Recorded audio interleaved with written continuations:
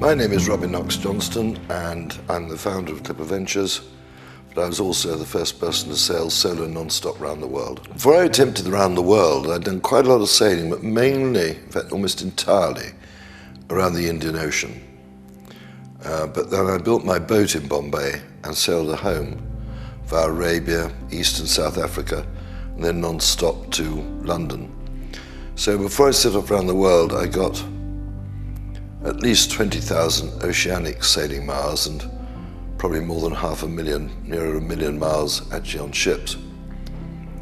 And I'd built my boat, so I had a number of advantages over the other contestants. One, I knew my boat inside out. Secondly, I had not just built it, I'd sailed it, so I knew how she handled. And I'd also done a voyage from Cape Town to London, which took 77 days. With 3 of us, which gave me a very good idea of the sort of food quantities I require and also the spares I'd need. So of all the people who set out, I was probably actually the best prepared. Well, at the time, no one thought it was possible to go non-stop around the world. The longest voyage made a couple of years before was by Francis Chichester, who stopped once in Australia. So that was a very long voyage in those days. So the moment you say, well, we're going to go on, you're in that unknown territory. You don't really know if the boat will stay in one piece, if your brain will stay sane. You just didn't know. You know, as I say, after we passed Australia, we're into unknown territory. We didn't know what would break on the boat. And I had some big, strong fittings shearing off. And you thought, wow, this is worrying, because what could break next? You've obviously got the problem with the very, very big seas down there. At that time, not recognized by the scientists. That only came in the 1990s. They realized what we sailors have been saying for centuries, that waves of 80 or 90 feet exist, was actually true. And you get faced with one of those, and if you haven't worked out how to handle your boat, and I hadn't initially, it took me the first storm to really work it out, find out how she lay most comfortably.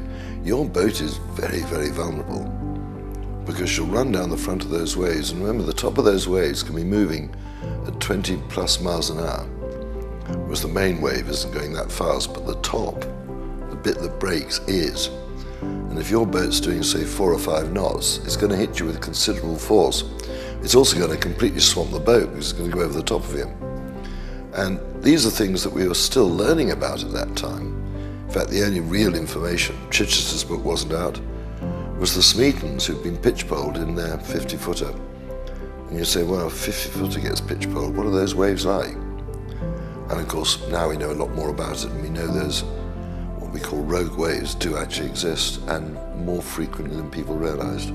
So getting to, A, face those enormous waves for the first time, far bigger than anything I'd seen otherwise, and secondly, getting your boat comfortable in them, that was probably the most important thing I had to do in the whole race. Well, people often ask, you know, what was it like spending that time at sea? I mean, the first thing is to say that I thought it would take 300 days. So I was equipped for 300 days plus 10%. So I reckon in theory I had enough food for 330 days. Probably actually had a little bit more than that at the end, but I didn't need it. So I'm mentally ready for that length of voyage. Now, the other part of that is, of course, a boat cannot be left on its own. It needs steering, it needs maintaining, it needs navigating. The crew's got to be fed, the crew's got to sleep. So actually, you're pretty busy. And I think people don't realize just how busy you are. And your big thing every day was just seeing how much the new position had moved. How many miles have I covered today? Oh, 95, not very good. And then some days they go, 125, brilliant. And you promptly use the Hiscock rule. You calculate your ETA on the latest top speed, not being realistic and taking it on the average. Well, I didn't get any problems mentally. Only time I thought I had a problem, I heard the sound of a steam train. I was at 15 miles, 1,500 miles into the Pacific. And I knew perfectly well there was no steam train there.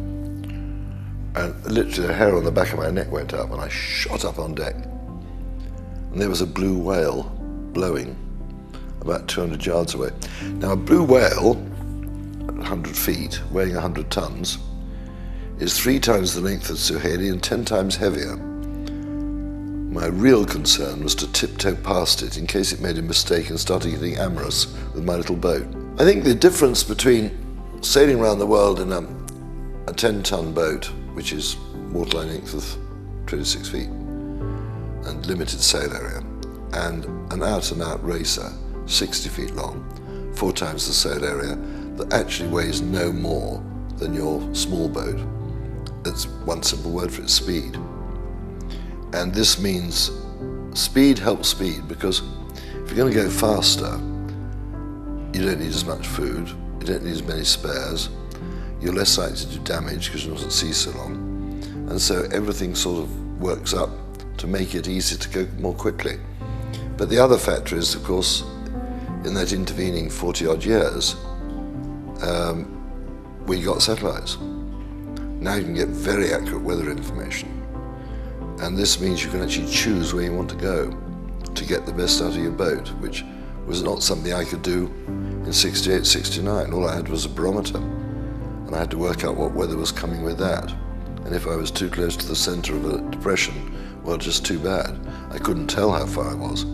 These days, the accuracy of these weather forecasts is phenomenal, and you really can choose where to put your boat. So therefore, you sail much, much faster. But if you're on your own, I think you need to be pretty stubborn, and you've got to be very self-sufficient. Perhaps less self-sufficient these days when you've got immediate access to people for advice. But I think you've got to be pretty stubborn and want to do it. If you're going around a crew, you've got to be someone who can mix. I think a sense of humor is absolutely essential. Enthusiasm is essential. And if you've got those two, we can make a good sailor out of you, because you'll mix in well, and your attitude will be the right one to help us develop you. So when I'm choosing crew, that's one of the main things I'm looking for. And someone who doesn't really show an interest is quite likely to get the push. I've got a lot of people I admire in our sport. Rodney Patterson, obviously, Ben Ainsley, and in France you've got people like Loic Perron, and there's plenty of others, people who I know are extremely capable in their branch of our sport. And you must think of our sport as rather like athletics. We have everything from the 100 meters to the marathon, with high jump and everything else thrown in between, because there are such different aspects to it. You know, I like the short-handed long-distance sailing. Patterson and Ainsley, they actually go out for a day and belt round some cans and use their skills to get round first. It's a different game. But there's others in other countries too you look up to and say, well, they're good. You know, I respect them. Or if I can beat them in a race, I've done well. It's always a good way of measuring yourself.